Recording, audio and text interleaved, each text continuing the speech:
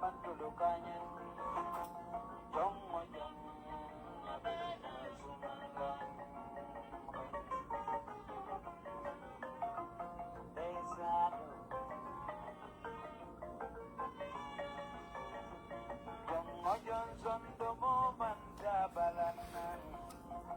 guys, Allah Baraka, thank you all for your time. Thanks for tuning in.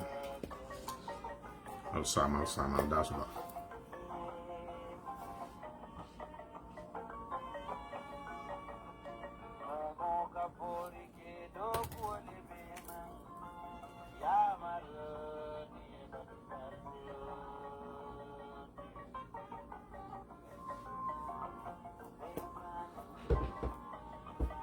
Isao Baraka, thank you. Hey, Yanks, sitting back.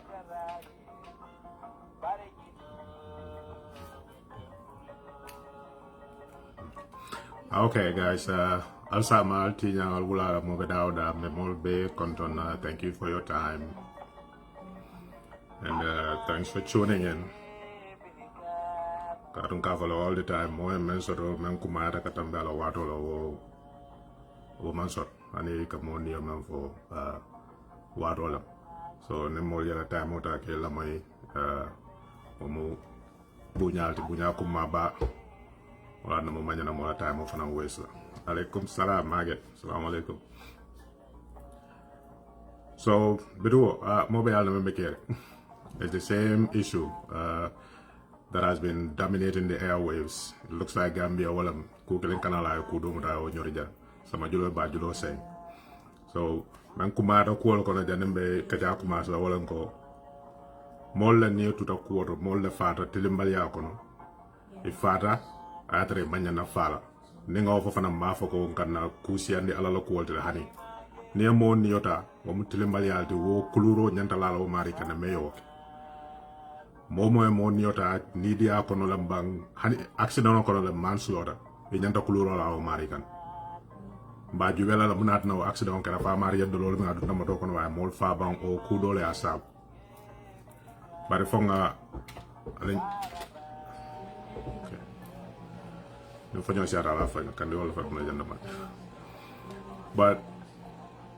walking nga mall ya nafikol many along online if after mall yanko ha mall le fata we care about the police alinga na police all support, let's support our police. Nyeng is beyond that.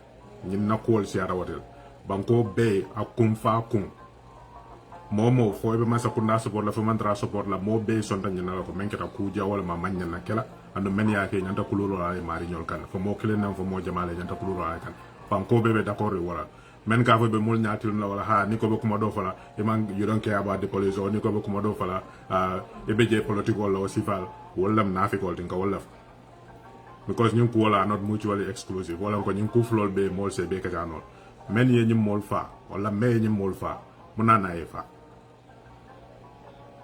police lo mne ke kan ka mari mota tonya ko e mola mota okay ngawala ndikara bari janimbe nakajanya ko ka fa mol yonko menketa mobe a condemn le gambiano man far ko lo hani kabriya jeme jamano naka e ka fa men kan ke man ka gambien ko faro ka gambia dungo sila so ni mol bo kumol fola dol bi na ba fola ko ha nyindol wol mang they don't care about the police until we support our police.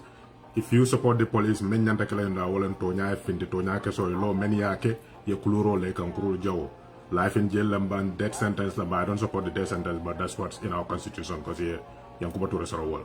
So whatever the law says, the fullest extent of the law walan ko loi jawyata damantala the fullest extent me yalan ko kunna kudoti ye wala o mari nyolka mol bebe wala foka yi memmo da natra tala yake tonya kuluro raka momo yakela fo badin nem fo badin tanalamba ya kulu jang wala ye fisa ne wo fa eta la kre ta kulu la kan jente la musul mi believe mo wala yela kulu ro soto ja so wo ko nga wala ni kara mina men be fola o manke ni ko ha men ye jim fa dal wala support ga wala manke about the police or stuff wo mo la mira lol to yo mira je wo be munati to kill the conversation pour mol kana ko mo fo jenta men fola wala mol kana ko mo fo e miro soto ko men maybe America le moltinya because we have a jury system. Wala ko niya mo tumi ka kiti o kaya katara sirene you get a jury summon ye letro sa vena ko yete dan ko kidi bungo to manam they want to make you a juror or there's a juror summon, so you go through the process. Ni mo kiti ni buka si ko mo kilin na afo ko kari anyanta soronal wala kari nyanta bla hani mo tannim fulala sila meni alonko e manke loyalty e manke police they have no training in that, just ordinary citizens ika sila electoral so ko ngo jury summon. So mo lebe sila mo hakil mal ya jube fo prosecution wala ko banko masakunda ko kari luwati nyale ay ni luwa kar leti nya nga prosecute ñin dol même loyalty ndata ka defend wol faransa ko altel kany même fote woni keso manta say yani mo tanim flo mesinde wala bo ko kisi kisa ya tente ya jube foto nya to nya e ñun tumi menna tele akeba foto nya to nya men be lor nga fe ka fo ka make fo wala to nya wala bulwa wo mo tanim flo hani mo kilin na sorto de ko na ko ka je même fonte antamalla wo mari ni o kiti hani ya tumi ka mo falake wo mari bla ko mo tan flo be mo hakil male mi nyanta sonna nyina ko tonya ye ñun tu men na tale yak wol ka maneke they examine the evidence. The evidence men present it wala examine. They don't have to have training in the law, they don't have training in whatever aspect. Jojo ka mona foy e be kumol men folale alal tulo fa banta kumol la men yalla kisro ke ñi evidence ta samana ya landal ñako ta yo evidence jube fo tonya hakilo sa mota no la ba wala ne ko la reasonable doubt a manke ko 100% anyanta correct la but ne mota da fa fla so ta ko to dro al ngo ko tan ko bawo wo fla ko menti wala ko ase kenwa karle mo fa bari ga fo ay faro ke wato menna kare be suwo ko no le sal na ka tala fa ta hakilo mo muta ni o fa dawda dro that's reasonable doubt ba fla ko tonya al nga ñin ko kisi fo tonya be no wala suwo ko no ba fa be no bandal san kuwa bel wala kam bawo jani be motale ka soro nga fa nyame time is the most important thing niya mo soro ya deprive of that time niya mo fa because I mo dole fa ya deprive ni yola ka mol ji jane yo soro sanji tan nan nim fe ye nane new evidence sama ko to nyaato ye ñin tumi men na man soro wala ko nga mol jane ka fo Gambia jury system soro la ba ka do prosecution ya nana wol ko karle ñinke ya tumi ñina la yela case present defense nana wol fana ko hide bari ñin prosecution men fo ñen it's not accurate, so until malla ko ñine ñinken the client didn't do this. So based on that the jury will deliberate whether the person is guilty or not. That jury doesn't have to have training as lawyers or police officers or investigators. So waketa what reasonable doubt ñi neo plan wrong jama prosecution kata wol defense kawle target. They have to inject reasonable doubt. Either it leads to a mistrial or acquit. Walon ka mari ñing bang mol ma son ka tele ñinke yabla kabri Trayvon Martin fa wala keda mano ñin Zimmerman ko be ay tan lo ka tele boyta ñinka the evidence be present but the jury ma convict yabla wala mol ni woni ko yabe siri bara monam ko si hadama du woni yola buña ni ko be mo tumi la ko la fa ko welo amanke ko jury system is foolproof ko ni mo accused do ni jury sama 100% yes ni a convict wala to ñaat nga fa ñame mol ka soro ñane 40 years ina mo na fa ko to ñaato ñay même fa manke but the evidence men present at that time maybe we jury ñing convince la ko to ñaa ñine ñing kentel tay ñing ko nda fla no so ñim Gambia officially ya manke yela evidence la sama na sa entel menke kan wo evidence be wala scrutinize ka it's that simple nta ma fa mu police lati ma fa mu loyal lati ma fa mu investigator lati ye evidence men samarante ka wala scrutinize ka jube ni in case somebody to a jury wala adna we are concerned if they take this case to a jury in a jury trial this person will be acquitted because it's very easy to plant reasonable doubt in the minds of the jurors. So if that is the case acquit now wo police wala man fata wala mo la kala nyaay yan dingol faay man ku bonoji ikoye mo ben tuma la mol ko maaki sa me yake o kanata o men dol mol mal so wala na police la investigation needs to be very very very credible, airtight. You the police officers me ya ngal them junior police officers solti until me ya ngal be investigation or follow the truth. It doesn't matter where it leads, whether a government official is implicated or not. Follow the truth where it leads. Whether opposition figures are implicated, follow the truth, the facts, because you are fighting for your brothers who got killed. It's that simple. Nothing else. You're fighting for your brothers. These senior officials, all they care about is their positions, who can impress the president most. Well, on a press conference, 2 minutes into the press conference, we want to thank the president. The same president menara ko be jukur jaka because Adam Barrow wole. Police will call ye more lefa. We will get into that. Before they can even give a description of the suspect, Atakafu will give a $1 million reward. Why don't you let the police do their job first? So men kafu mole unko, let the police do their job. It's a good suggestion. The police should do their job, impartially. We wouldn't have jumped into this if they didn't come out, the government agencies, or the government spokesperson and agents of NPP come out and accuse UDP of involvement in this case, then we would not be here. So Nintonya Falal Datilu Lalia for Unko Alkamenka Kanak. But Gambia, they don't condemn anything until UDP gets involved. That's when it's bad. Ndeldung, nobody owns this space. I'll be making a bokela, I'll make a bokela. Duty. May monyo no draw. So they muddied the waters, so now we are jumping in. Let the police do their investigation. That's a good suggestion, but it's simplistic. We let the police do their investigation, so we don't talk about the case. Once the police make their conclusions and the courts rule, the decision has already been made. These are the professionals, we have to accept their decision. We don't get a chance to talk about the issue at all. At what point do we talk about it? That's too simplistic. I'm not into that mindless submission to issues. The facts, it's bad to speculate because this is a matter of life and death. People's lives have been lost. And then you have another case where somebody could go to prison for life. It's a matter of life and death. So we have to be careful not to speculate on anything. But when the government brings out their evidence, we will scrutinize that evidence to see if they are onto something or not. So that evidence right now does not pass the smell test. It's that simple. How did this whole thing start? The moment you police officers all far. We will not speculate into whether this person they accuse can do that because, it requires somebody who is trained to do that, which everything points to, because this is a professional hit. But we're not going to speculate on that because we don't have full evidence for that. So that's speculation. We would not say that. But aketa damendo, there must be witnesses. More than yantata Germany alonko ya jeloko ayin krangel. Nuwo mole akalamta ibe munekela inu wurole be kola wala police ol commande mole faja. So the first people men akalamta men aketa men nyala flanjang ye police ol men commande ya foyon ko nyine keraja. O police ol fana janebe futala sin nyinto ka sikio kala investigation will start. Maybe model bakalamta on social media. But nyin kena la janin police ol fon be bakalamta la munabe kere. La men said that online. Ako UDP ngol. Kavoka UDP ngol remember Facebook abaflo ko ha police ka molten bali ala say eye for an eye. If eye for an eye for police ol UDP ka jumala fa so far. Because no one else have ko yela modify for nan ko matu nganjo na police ol fa. But what did he do just to muddy the waters completely? Direct the investigations towards people that are opponents to the president. I work. I tell you, okay, within hours, Janni Banko from Mol Bakalam Muna Keri, Atako UDP Kola. Essentially, that's what it is. Mokana Fanyanko, I meant for is just insinuation, UDP Kola posting on social media and stuff. He is the deputy youth advisor to the president. That means he is embedded within the corridors of power.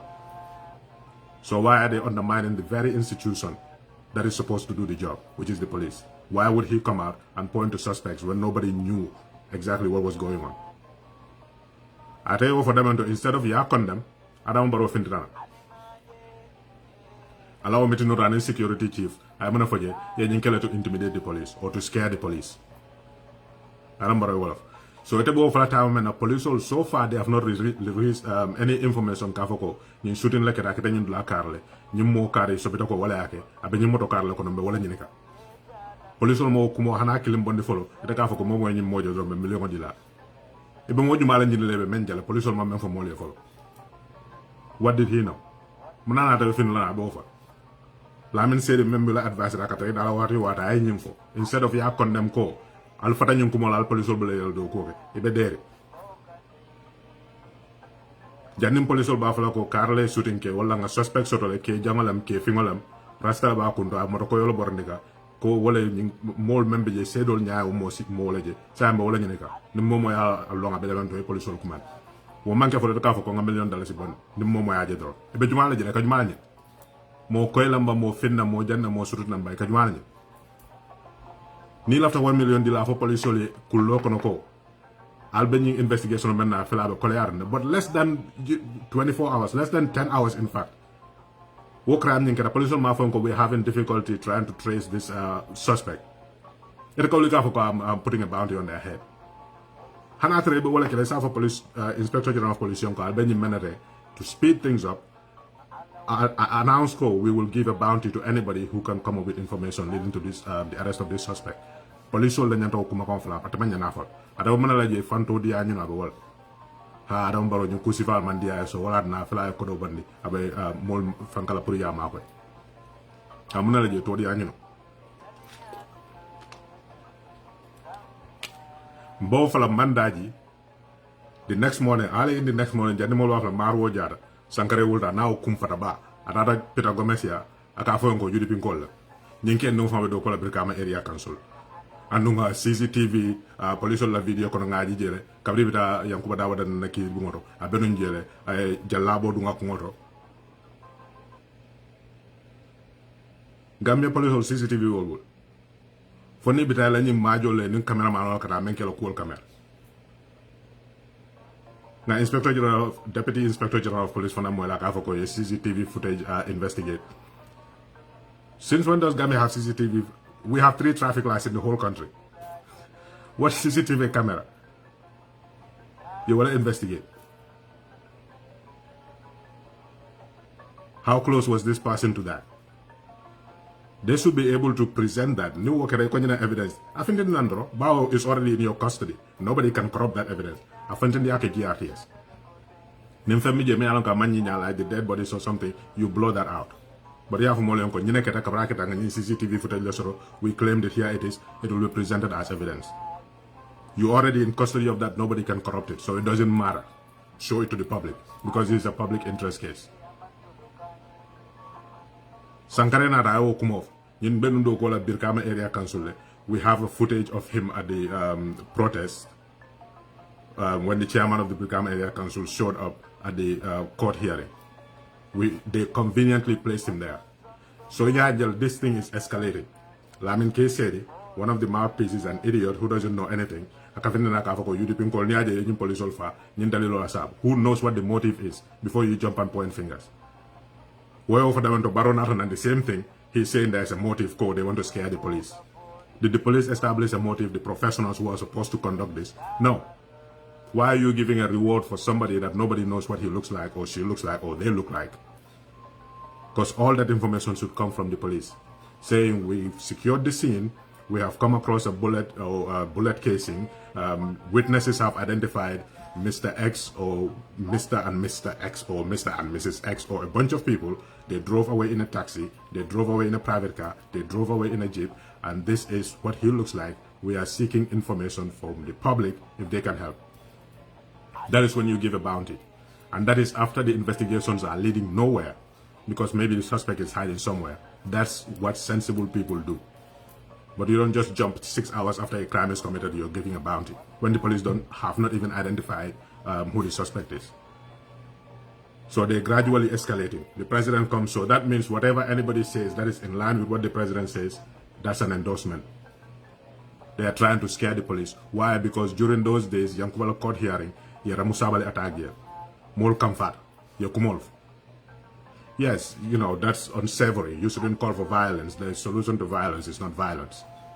But when people see them, wala na molka tu diamal. Nim police will kukela manke kukendo rabe tilembali asambaka namba koka ni moli afo. Let us all agree ko ni menketa manke siloti. Police will do ko muneti ka luwa kanda. Nim moy luwa tinya, no problem. Nobody will argue with that. But ni na renandro ko mol benta loya dabal su kon pumal tia gas fa. Yalka fa jemana.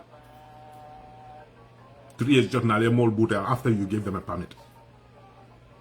Court hearing pumal tia gas fa muso mutal yelib. All these things are happening. The frustration is building up. It's building up. More baffle. What do you think people are going to say? It's not right, of course. But when you feel like the system is working against you and nobody cares about what happens to you, is that the law? Does the law say that you should assault people? No. If they break the law, arrest them, take them to court, prosecute them. If they are guilty, jail them. Nobody has a problem with that. Your Molla party leader sold the entire executive ye samba. Every day, mol kata court. Every day, mol ke bendunje. Kabri ko ye, they convicted the monekera, mol kumbota legend, they said. So why is it a big deal? No more want to show up to the court. Why is it a big deal when there's something that concerns people? You call, let's go and gather at the party leader's house. Why do you tear gas them? When they come to the courthouse and they become unruly, control the crowd. And if people break the law or start to be riotous, arrest them. That's the job of the police. There is no other mandate that they have, assaulting people. So when you keep constantly doing that, police target, some people, even though it's not right, they will start saying stuff like they were saying online, an eye for an eye. But even in that case, an eye for an eye means you do me, I do you. Did the police kill any UDP supporters so far? No. So that means that UDP are not calling for the killing of police. But why are they doing that? Because they want to build a narrative. What I think that they try to stage manage in a press conference, DIG. Because they want to prepare what they want to say. After they prepare, rehearse it, so if you ask them a question on the spot, that puts them on the spot and they have to wiggle for an answer. And these people are not witty, they are not quick on their feet. So they don't want to be asked questions. Which is why press conference, they organize it at a time when they know they're about to go to a funeral. Why can't you give enough respect? Since you waited 3 days or at least, almost 72 hours before you organize a press conference, and you know within hours of that press conference, there's going to be a funeral of one of the victims, why don't you wait until after the funeral to come and organize your press conference? But that's their excuse. They don't want people asking them questions. They want to rehearse their points, come and present it, and walk away. Gambia tambira Waladna, the DIG was visibly angry because they have a talking point, they present it and go. Nobody should question them. The very person who said items were recovered. And then General Sajan, you must not have been here. It doesn't make sense. So until all we are doing is the evidence they presented, let us scrutinize it. Because from the get-go, that is the suspicion, because they're trying to frame some people. It is nothing new. It has happened before. This whole story of, Casamas Rebel Lieutenant Edward Singaramawel Wakabi Korosi Sefa. La family mo ko koroman haaju soto jambur wulol ko no ma fon ya man badi soto am fen soto mona na bala airport ada ma fon and am mo call ka fo ko maybe I hear some dealings with Casamance rebels. This Casamance rebel thing, Senegal should take an interest in it, because if they kill Senegalese soldiers and civilians in Casamance, you're born in Gambia and they have some sanctuary there. What do they end up doing? Kill Gambians and run back into Casamance. It doesn't make any sense. Based on the system that they have here, if they present this to a jury, this guy will walk free. And then what happens? The police have been killed in vain because they cannot find the suspect. So that puts the onus on you, the junior officers, the rank and file of police investigation. Make sure the truth comes out. It doesn't matter who. Security advisor to the president, no stone will be left unturned. Perfect. Don't leave any stone unturned. Whoever is involved, point them out. But all evidence is pointing to the fact that this guy has alibis. Yala brother interview. Even though I'm not going to be moment. Musundungo me ka atele jing suspect ni identify. Anabe diamu kan telephone many yala conversation on boy. Ken no nyimbe complain ka tuba musola kuola. Atabo post kan kafa ko mo falaget. Hakilo so muta no nyari. On top of that, the family have concern ko Nyimano has some mental challenges or issues going on. Did the police take that into account? Yo mol command like invite ka fo ko tonya tonya fo ali nyim foten ko abenu suwo kono fo tonya wala mba abenu suwo kono. Abadingol ya fole, asignol ya fole, ko abiyele, and they say he's not. That character references always happen in cases. For this person is capable of doing this. So we should care about the police. We should care about the police. Once we establish the truth, the facts will emerge, and the police who have been killed will get justice. That is what caring about the police is. But brushing everything under the carpet and letting smear campaigns against a certain segment of society to go unchallenged, that's not going to happen. Label us whatever you want, but that's not going to happen. So it'll last that. Lamin K. Seri, Adam Barrow, Sankare, and DIG. And look at how conveniently they placed that. Very convenient. This guy was in possession of a weapon. Who gets arms in the Gambia? What channels do you have to go through to be able to register a weapon in the Gambia? And where do you buy it from? But according to the DIG, this guy has been in possession of this weapon a long time ago. He even brought it to the court hearing based on his own confessions. Why would he bring a gun to a solidarity showing for the chairman? Why did he not use the gun there? Kido babul mol benta damen. Munan na nata target mu ñati ka police ol bum. Munan na man police ol bum wat. Munan na nugo kido bina italiano ñaade ko kido babul ko I'll confess that. Okay, I'll CCTV tande mol la or camera tande mol la or video tande mol la meng. According to Sankare, they have a police video may place this man at that crime scene. But become area council because you talk about security and become area council. Well, not all bundle mem mu chairman or security. Kafuko ko ha he is wearing a hood. Ya not all bundle. One new suspect man get killed. So Sankare video bundina I would damn da for molium ko afele you know. But niaje bo be place like because they want to establish a connection. What connection? You dip in call when you come. Well, I'm not say the jump it I have. Those are the first people who come and push. Nobody's. I'll tell you for you. We will look at the backlash. When there is enough backlash, then the police can kind of filter what they're trying to say. But if there's not enough pushback, then they will go with that line. Not refined, nothing. They will just build up on it. Nobody is censoring them. That post is still being up. Because but they are allowing that to happen. It's nothing far-fetched. They did a hydrophage and the state agency the same state, the same tactics they will use against Usman Korosise. So who's to say it's not going to happen again when Barrow surrounds himself with exactly the same people that were in that system, doing exactly the same things for that system? I'm not saying that's what happens, but it is not too far-fetched to speculate on that. And these police officers deserve justice. Young people. Even if you look at that guy, look at his face, the kid that got killed. He doesn't look like a violent person. In fact, if you are a police command officer, you will not send him to a riot place because you will think that, okay, you know, this guy might not be equipped to handle that. You will give him office duties or something. So he doesn't look like a violent person who is going to go out there and harm people. So why should he die in a, you know, peaceful situation? There was no riot that he died. He was not issuing a arrest warrant for a dangerous suspect. So why should he die? And then the police are trying to quickly arrive at a conclusion on who did it. They should be very thorough. And if they cannot do it because of emotions involved, this where they are men, let them hire people from outside to come and do the investigation. Ni mol men fate fata nyaade la ngala ko ye bunne ye fa kidol. Bar nin kido ni mo bungala abunga sanyoto janta abuka fa. Ni abunga wuto abuka fa. So ni abunga sisol da abuka kido dunta siso kona ajuso tinya wala yafa. O ya bunne aya ala long sol tinya. Or ya bunga konolta ala organ sol damage or the spleen or the spine or whatever. Where is the autopsy report? Near crime scene insecure, there should be some ballistics. This caliber, what caliber weapon? How many of them are in the Gambia registered? Because in police no mole Gambia. Because America, anybody who has a right, you can have a gun. So more than what kind of insecurity does that put in the minds of the people? So the police should be able to tell us go. Nyinki kare sifa wala nyim keso fay adunga akido nyinga recover. What autopsy report? The solo sent for 2016, just less than 1 year ago. Later they are bad correct. Why? Because they have to do some investigation. Why are they so quick to go and bury these junior officers? Did they do all the necessary autopsies that they need to do? Or did their families object to that?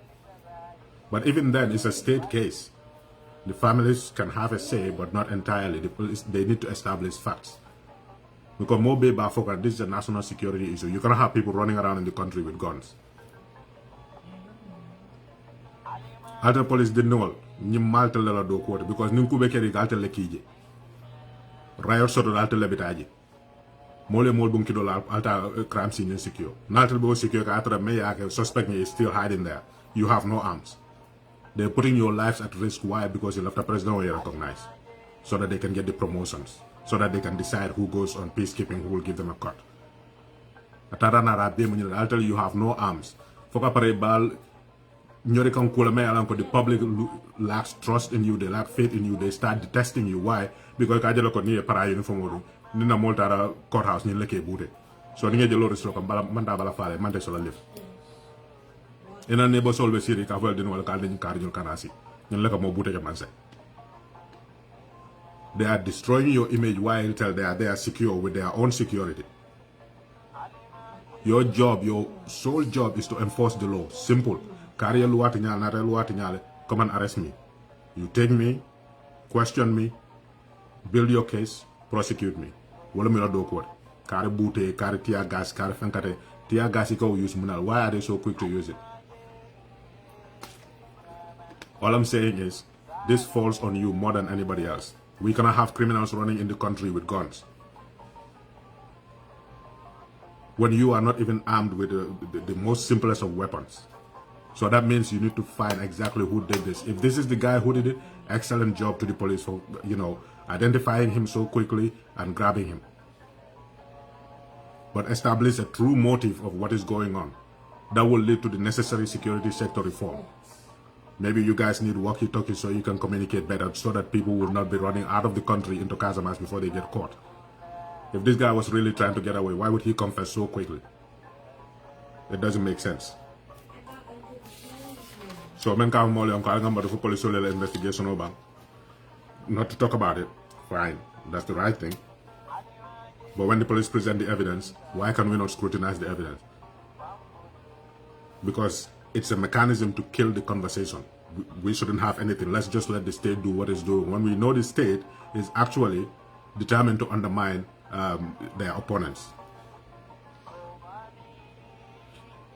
But Mr. Dawaya Folokunu at the press conference, and everybody needs to understand that while the government is targeting UDP to, engineer a reaction out of the party to give them a reason for more crackdown on the party, 1996 to 2016 was the most difficult period. 1996 was the first time, as soon as UDP formed, they killed people. At Denton Bridge, some women got miscarriages. They couldn't survive that. That was the first casualties of UDP, 1996. So yeah, that's more far. Kanyiba, what did they do? They disappeared them. Nobody knows where they are. So at least now, what they are doing, inviting people to police for questioning unnecessarily, will be more confounded. But neither police, you know where they are holding them. So far, they do not say, oh, we don't know the whereabouts of X, Y, or Z. People have access to them. So, as bad as it is, because you shouldn't arrest people based on some flimsy excuse or on no grounds, we still know where they are, number one. Number two, nobody so far has come out and said that you're untouchable. Number three, nobody has been killed yet. Mr. Abayafren, make it a source and now, okay, we're not looking for a permit, we're not looking for anything, we'll get out. Whatever the consequences is, in fact, it will be worse because the police have no mandate. And I know people will twist that in every way they can. The police have no mandate to torture anybody. They have no mandate to kill anybody. Their mandate is call you for questioning, charge you with crimes, arrest you, prosecute you. That's their mandate. It's that simple. Nothing more than that. And if they do anything more than that, the people have a right to react. So Kari, they invite him for questioning. Kari, they detain him for 72 hours and release him. What that does is makes the government look bad. They waste the time of the person that happens to, and we will make noise. Adam Barrow doesn't respect Gambians, but he respects his development partners. So while you're baiting UDP doing this, we are baiting you to prove to the world we are putting a stress test on the system. What is that stress test? Number one, there is no freedom of expression in the Gambia. Because no freedom of expression, Mama Sabale would not be something that you will arrest him for. Bio Sonko post on Facebook is not something you should arrest him for. But you arrest them, detain them for 72 hours, that's proof. So we'll alert ECOWAS, we'll alert the AU, not, making a big deal, but when it's on social media, we tag them, they recognize. And gradually seeing how democracy is being recessed in the Gambia. There's no freedom of speech. There's no freedom to assemble. Because once you assemble, even at the party leader's house, they throw tear gas on you to make you disperse. There's no freedom of assembly. Contrary to what Adam Barrow wants his development partners to view the Gambia as a democratic state, there is no such thing as far as assembly is concerned. There are only certain segments. If you support the president, you can assemble. There is no freedom of association. If you're associated with UDP, you are not going to get any government contracts. You are not going to get any government employment. You are not going to be representing the Gambia in any capacity as far as the government is concerned. And even if you are suspected of being supporting or sympathetic to the UDP, the government will boycott your media houses. So there's no freedom of assembly. You can only assemble with people that are sympathetic to the president. We will make that case as well. And there is no rule of law. Why? Because NPP more like an police station, they come and arrest them. For a crime that people within MPP are guilty of, as soon as those people get questioned by the police, they all run their valuable and they release them. Is that a rule of law? No. So while you're baiting UDP to try to find ways, to stifle us, we're also baiting you because we'll put a stress test on your system to prove to the world that the Gambia is not what it claims to be. That's why, in 2016, Cabrin Gambian only have vote out because the world has no power to come into the Gambia and intervene. But once the Gambian people decide, that's when you realize you have no friends in the sub-region or the rest of the world. Everybody is trying so hard and hoping and praying for you to go. And when they saw the slightest opportunity, they mobilized. That's why Ajime had no friends. Why? Because the people have proven to the world that this guy is a tyrant. And we're doing the same thing exactly for you, Barrow. You're probably not smart enough to figure it out, but that's what we're doing. Every time UDP assembles, you throw tear gas. That's one case against you, one strike. So we keep building up that case. By the time we get to 2026 elections, people with conscience, people with a rational mind, who are not filled with hate, would see that truly this guy is not as democratic as he says. Just because we conduct elections doesn't mean that we are democratic. Just because you can say whatever you want to say, it depends on who's saying it. They have proven that. So if they don't like the person who is saying it, then there's going to be no freedom. I'm coming for them. There's freedom of expression, but I cannot guarantee you freedom after your expression. So it's the same thing. We're going to be building that case. Which is to say to, folks in the UDP, like, it's bad, but it's not as bad as it was. We might get there. We're not going to put anything past people like Adam Barrow. More many Alanko, they are willing to be tyrants. Don't put anything past them. But we're at a point, when they arrest somebody, they're just trying to waste your time, trying to intimidate you. But they know that's not working. So maybe they will escalate and start keeping people in places where nobody can access them.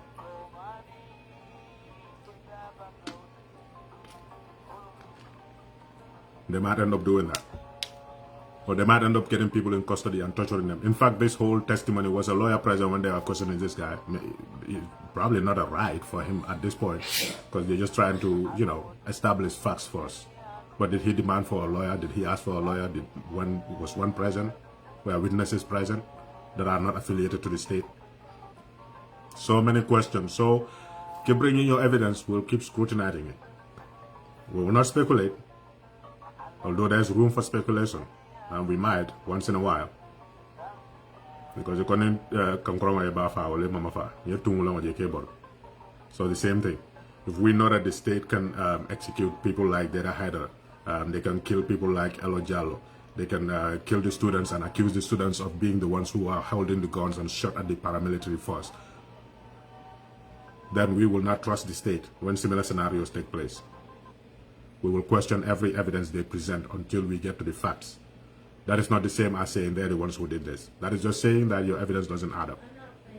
So bring us better evidence. Which is why I said, near somebody to a jury trial, it will be a mistrial. Because you cannot convict somebody on the evidence that the DIG so far brought to the press conference. If you know you are not prepared for that, let the lead investigator be there and you just sitting behind him as a support. To show the world or the police command is behind this guy, but he's the lead investigator. Let him present. The PRO is there. Let them present. But you're gonna be there getting angry at people for asking questions because your story doesn't make sense. It doesn't add up. Now for Jannah, the same thing with Koro Cisse. They try to tie it to relationship with people from Casamance rebel factions. For and it makes complete sense. If this guy was fighting for the rebels in Casamance, as soon as he crossed the border in the Gambia, he would not have been caught. He knows where his rebel buddies are. He can go hide there. They will not out him.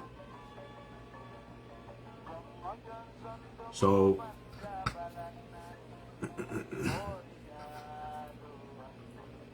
basically, men Kafumoli wait for the evidence to come out.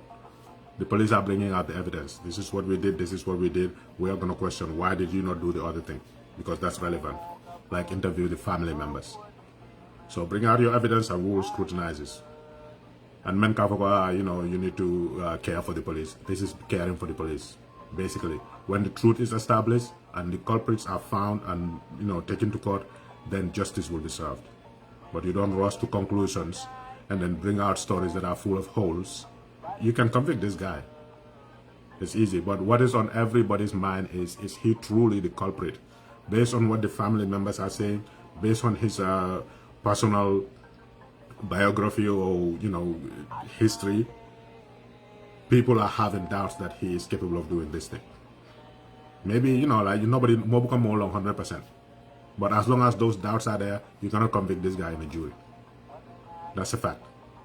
So bring out all the evidence. If he truly is the one who did it, great. Kudos to Gambia Police Force for mounting an effective, swift investigation and bringing him to book. But like I said, the doubts are there, they are there, and people are going to speak those doubts. So it's your job to clear those doubts and establish score without any reasonable doubt. This is the guy who did it. But as long as there's that shred of doubt, backed by the fact that the government's mouthpieces are trying to frame the opposition for doing this, you have a very, very, very, very high bar to, you know, go over in establishing the facts around this case. Ibrahim Sankare should be the one that should shut his mouth, come back tomorrow or Tuesday or whenever, and tell the people that I preempted the police. I'm sorry, go with the information the police is giving you. But you don't expect them to come out, try to taint and label people as cop killers, and you expect us to sit down and look at them and say, oh, let's just follow the police investigation. We're not doing that. You can, you know, you can rest assured, that is not going to happen. You come out, you say stuff, we will respond to you. You already label us as intolerant to criticism. This is not criticism. 26 years or more in existence. The only time UDP was involved in any kind of incident that is that resulted in the killing of a person was Aliunjai. When July 22nd Youth Movement members ambushed the UDP convoy and attacked them. In that ensuing fight, he died. Yeah, Jamaica, they killed somebody here and I forgive them. It's because his prosecution couldn't proceed with the case to establish that this was actually murder. No, it was not. It was in self-defense. If Yajame had that case against UDP, they would have died way back then. So the fact is, you can disagree with our politics, you can disagree with our agenda, you can disagree with our style of politics, but going as far as saying that we instigated or conspired to have police officers killed, that is the lowest. UDP has always been cordial with the police. Whenever we go to the courthouses, the police are there. Even during our rallies, the police are there to maintain security. So we have nothing against them. Absolutely nothing. The only time we fight with them, you know, which is actually in words, or we say things against them, is when people have an issue and the police come and start brutalizing them, like throwing tear gas in the party leader's house for no reason. Everybody knew from 1996, whenever UDP gathers, they go to the party leader's house. So who was threatened there? If they were blocking traffic, go and make sure they don't stand in the road so that the traffic can flow smoothly. So when instances like that happen, more in the world, and then they express their anger. So some of that, you know, expression might be extreme. We get it. People shouldn't be calling for violence and stuff. But that doesn't mean the party is violent. So there's credibility to the fact that they're trying everything to pin this on the party so that they can have a reason to ban the party or ban certain officials within the party.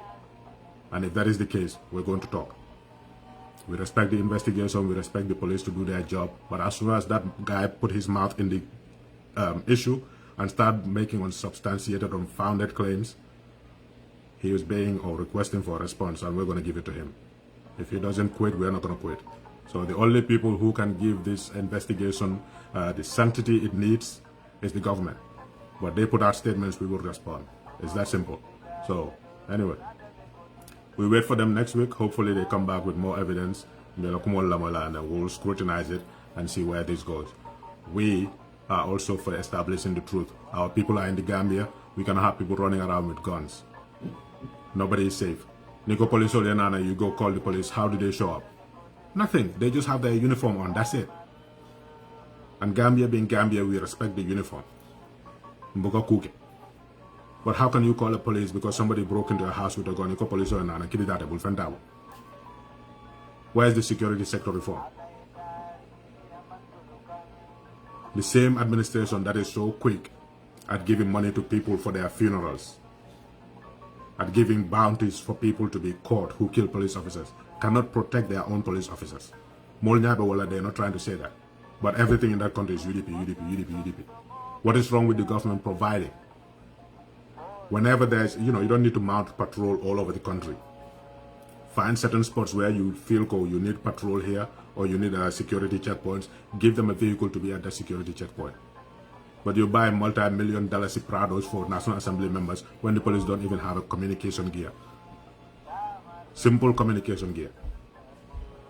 How many motorbikes can you buy? Or even this, you see police officers here mounting bicycles. For example, in Banjul for their patrol.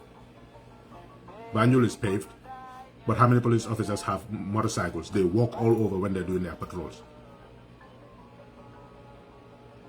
This case is tragic, it's unfortunate, but it has exposed a lot. Our police are vulnerable. If citizens are vulnerable, the police are vulnerable. What is the state doing about it? Nothing. That should be everybody's focus rather than trying to find scapegoats just to score political points. They're the ones that politicize this, and when you attack your opponents, they're going to retaliate. It's that simple. You throw words at us, we throw words at you. If that jeopardizes the investigation, there's only one party to blame, and that's the president and his gang. They shouldn't preempt the police. You didn't establish police, but they're an institution of state.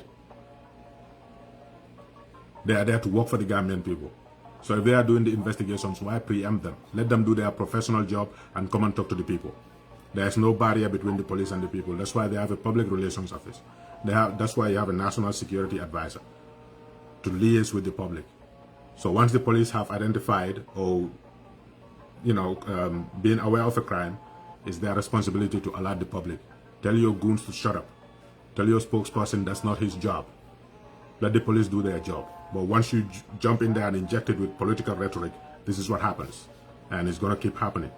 So now we're just counting on the police to do their job professionally, blinded to all this nonsense that is happening on the side, starting from the president's own people down. Let them follow the facts where they lead, and then let them prosecute the people that they need to prosecute. It's that simple. Don't take this case lightly. People lost their lives, and they deserve justice. That's the bottom line. Allah Akbar.